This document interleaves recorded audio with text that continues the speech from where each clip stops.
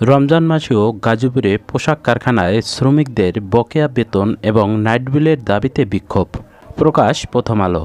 বকেয়া বেতন, নাইট বিল ও বাৎসরিক ছুটির টাকার দাবিতে কর্মবিরতি পালন করছেন গাজীপুরের নিট ওয়্যার লিমিটেড কারখানার শ্রমিকেরা।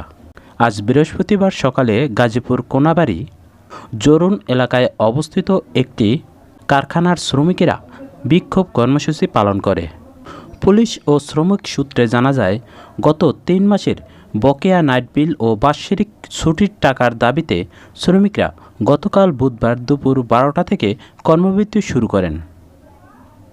পরে তারা বিকাল ৫টার সময় চলে যান। আজ সকাল ৮টায় বৃহস্পতিবার সকাল ৮টায় শ্রমিকেরা কারখানায় প্রবেশ করলেও কাজ না করে কর্মবিরতি পালন করেন। এ সময় কর্মকর্তাদের সাথে শ্রমিকদের বাকবিতণ্ডা হয়। কারখানার একজন শ্রমিক শহীদুল ইসলাম বলেন, প্রতিদিনের ন্যায় সকাল থেকে রাত পর্যন্ত ডিউটি করি, অথচ ঠিকমতো নাইট বিল দেওয়া হয় না। রমজান মাসেও রাত 11টা পর্যন্ত ডিউটি করতে হয়।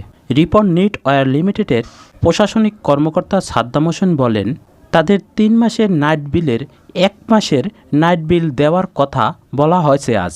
আমি এখানে কিছু বলতে চাই না, আপনারা একটু ভেবে দেখুন একজন শ্রমিক কতটা কষ্ট করে নাইট করে।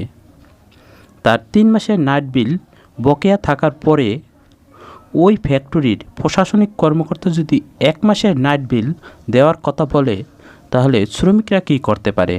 এক পর্যায়ে কারখানার শ্রমিকের উত্তেজনার মুখে কারখানার প্রশাসনিক কর্মকর্তারা কারখানা ছেড়ে যেতে বাধ্য হয়।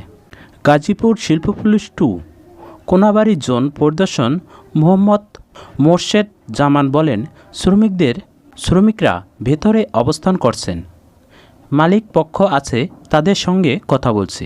আশা করি বিষয়টি খুব শীঘ্রই মীমাংসা হবে।